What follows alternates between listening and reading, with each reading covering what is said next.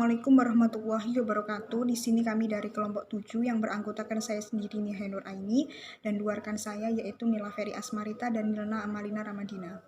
Kelompok kami di sini akan membahas mengenai studi analisis materi mata pelajaran fikih Madrasah Aliyah kelas 10 semester Gasal kurikulum 2013. Yang pertama saya akan membahas mengenai konsep fikih dalam Islam. Ilmu fikih merupakan salah satu bidang keilmuan dalam syariah Islam yang secara khusus membahas persoalan hukum atau aturan yang terkait dengan berbagai aspek kehidupan, baik menyangkut individu, masyarakat, ataupun hubungan dengan penciptanya. Dengan demikian, fikih bisa dikatakan meliputi seluruh aspek kehidupan manusia dalam berislam, yang bisa masuk pada wilayah akidah, syariah, ibadah, dan akhlak. Yang kedua yaitu tata cara pengurusan jenazah dan hikmahnya. Mengurus jenazah merupakan perkara yang tidak boleh dielakkan begitu saja.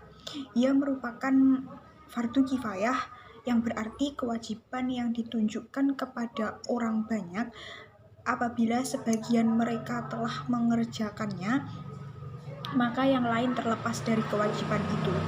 Hal-hal yang harus dilakukan kaum muslimin ketika dihadapkan pada kematian orang lain berkisar pada 4 hal, yakni memandikan, mengkafani, mensolatkan, dan memakamkan. Yang pertama yaitu memandikan.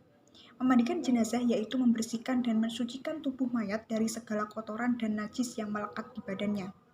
Yang kedua yaitu mengkafani jenazah, yakni membungkus seluruh tubuh dengan kain berwarna putih dan harus dilakukan dengan sebaik mungkin. Yang ketiga yaitu mensolatkan jenazah. Cara mensolatkan jenazah, mula-mula seluruh jamaah berdiri dengan berniat melakukan sholat jenazah dengan 4 takbir. Yang keempat yaitu pemakaman jenazah. Setelah sampai di tempat pemakaman jenazah, dimasukkan ke dalam liang lahat dengan posisi miring dan menghadap ke kiblat.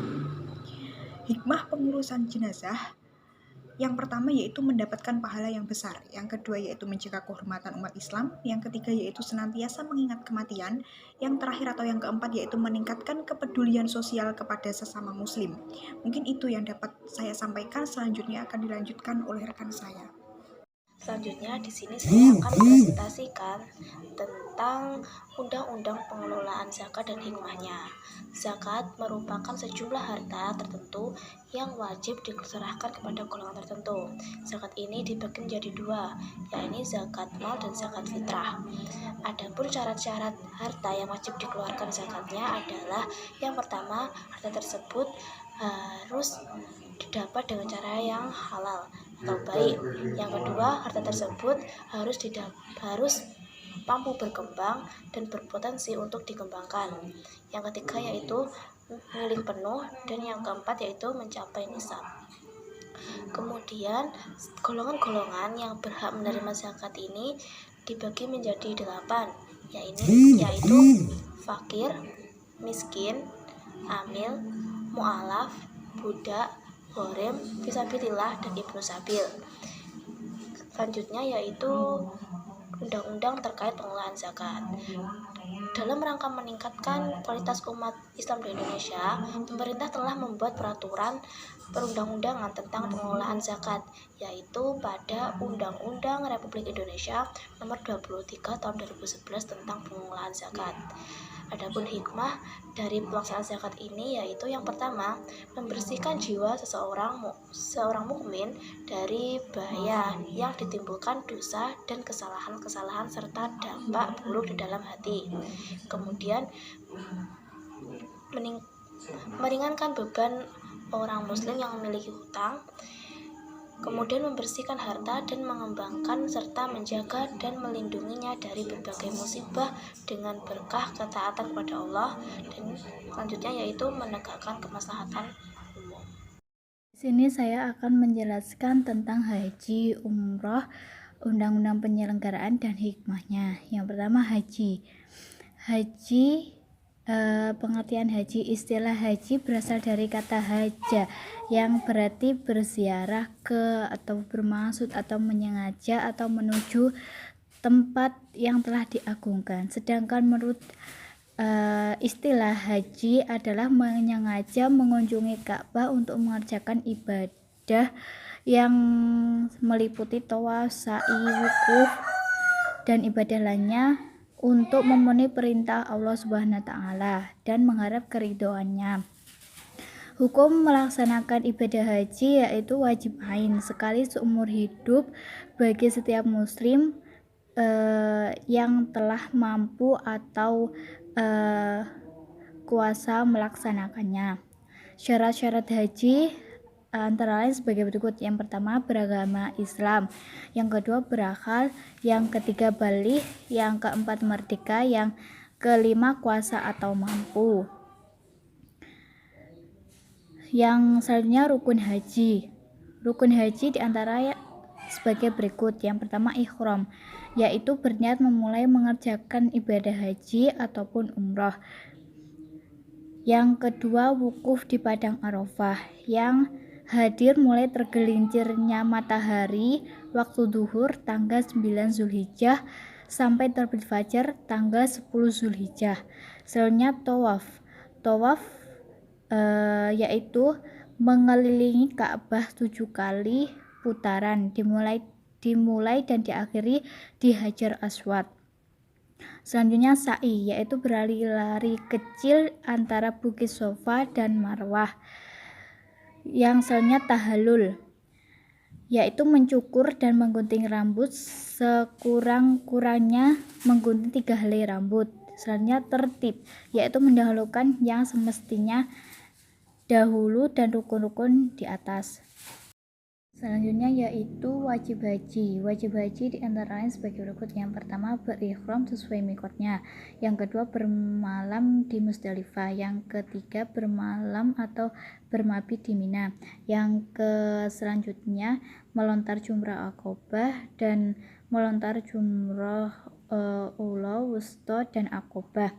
Yang keenam yaitu menjauhkan diri dari muharramat ihram. Yang ketujuh yaitu tawaf wada. Selanjutnya sunnah haji. Sunnah haji yang pertama yaitu membaca bacaan talbiyah, diucapkan dengan suara nyaring bagi laki-laki dan bagi perempuan dengan suara lemah. Yang selanjutnya melaksanakan tawaf kudum.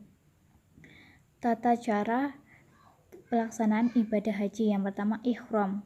Ketentuan dalam berpakaian.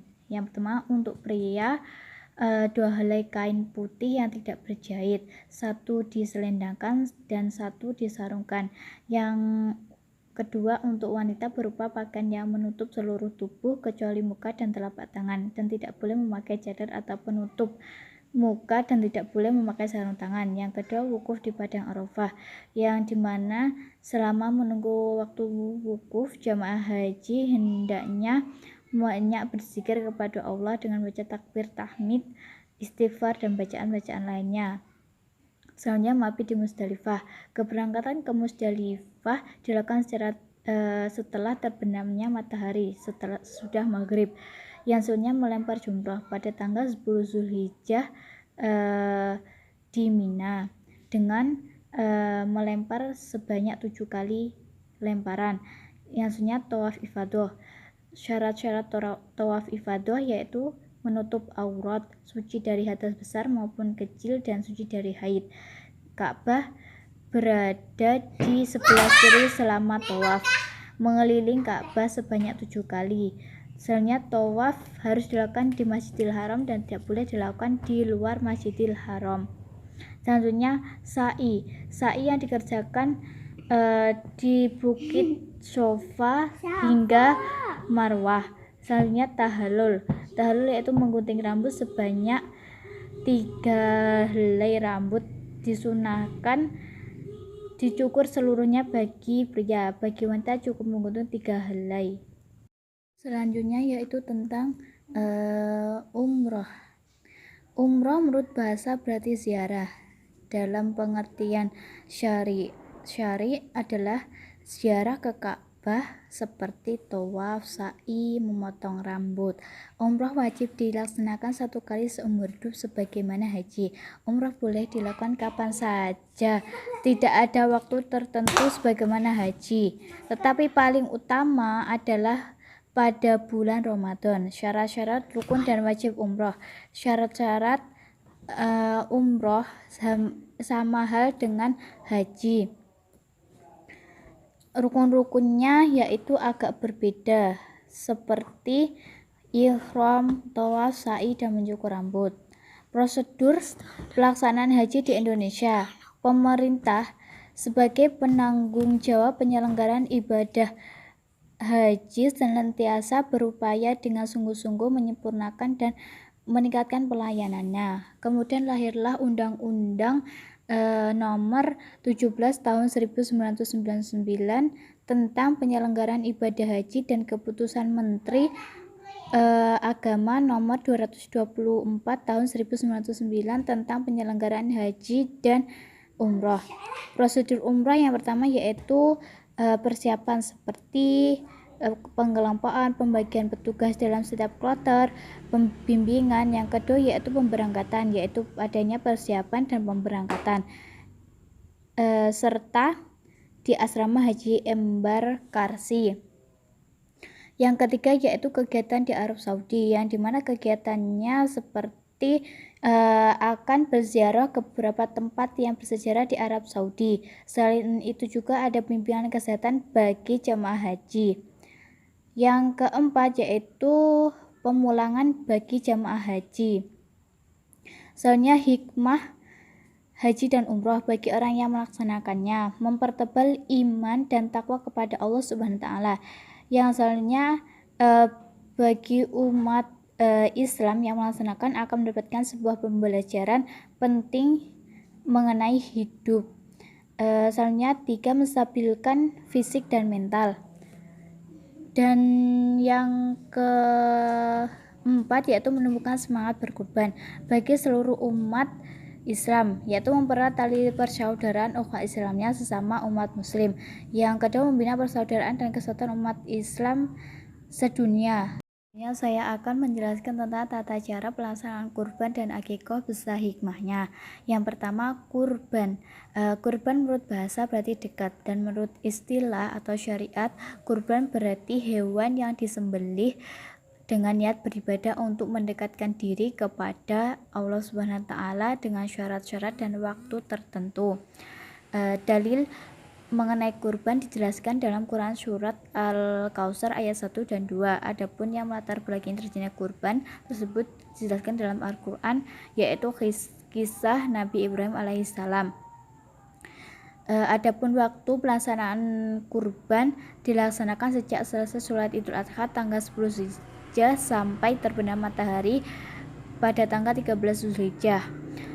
Hikmah melaksanakan kurban. Yang pertama, bagi orang yang melaksanakannya, menambah kecintaan kepada Allah Subhanahu wa taala, menambah keimanan dan ketakwaan kita kepada Allah Subhanahu wa taala, mewujudkan rasa syukur kita kepada Allah Subhanahu wa taala. Selanjutnya mewujudkan tolong-menolong, kasih mengasihi dan rasa solidaritas. Bagi penerima daging, menambah keimanan dan ketakwaan kita kepada Allah Subhanahu wa taala, bertambah semangat dalam hidupnya. Bagi kepentingan umum seperti memperkokoh tali persaudaraan karena ibadah kurban melibatkan semua lapisan. Yang selanjutnya menumbuhkan dan meningkatkan kesadaran berguna beragama, baik orang yang mampu maupun kurang mampu. Yang selanjutnya akikah. Akikah dari segi bahasa rambut yang tumbuh di kepala bayi, dan dari segi istilah binatang yang disembelih pada hari ke-7 atau kelipatan 7 dari kelahiran bayi disertai mencukur rambut dan memberi nama pada anak yang telah dilahirkan. Adapun hikmah akikah yaitu merupakan wujud rasa syukur kita kepada Allah Subhanahu wa taala, menambah rasa cinta anak kepada orang tua karena anak merasa telah diperhatikan dan disyukuri kehadirannya di dunia ini, mewujudkan hubungan yang baik dengan tetangga dan anak saudara yang ikut merasakan gembira dengan lahirnya seorang anak karena mereka mendapatkan bagian dari akikah tersebut. Sekian dari presentasi kami. Apabila ada kurang lebihnya kami mohon maaf yang sebesar-besarnya. Akhiran wassalamualaikum warahmatullahi wabarakatuh.